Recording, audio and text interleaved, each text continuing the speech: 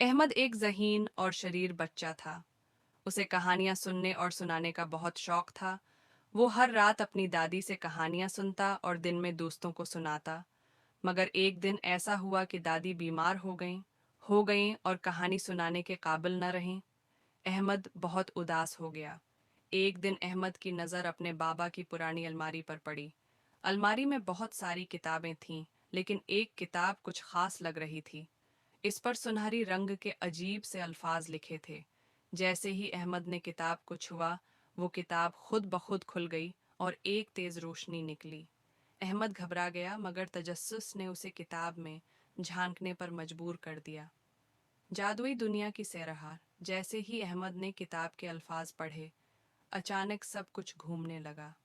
उसकी आंखों के आगे चमकदार रोशनी फैल गई और अगले लम्हे वो खुद को एक जादुई दुनिया में पाया।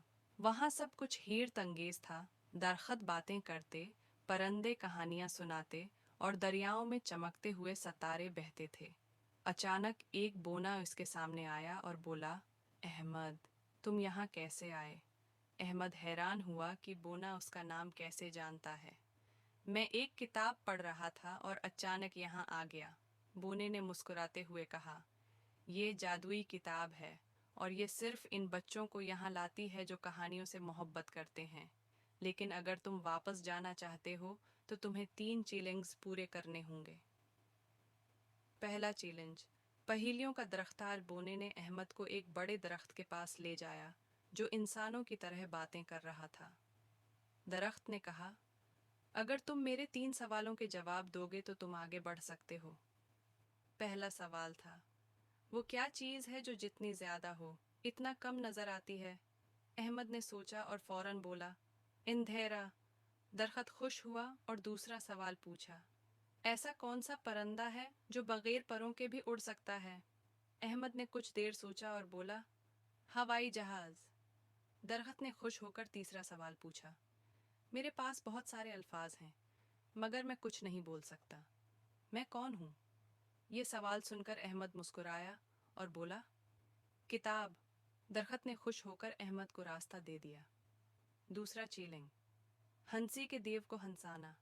अहमद आगे बढ़ा तो उसे एक बड़ा देव नजर आया जो बहुत गुस्से में लग रहा था।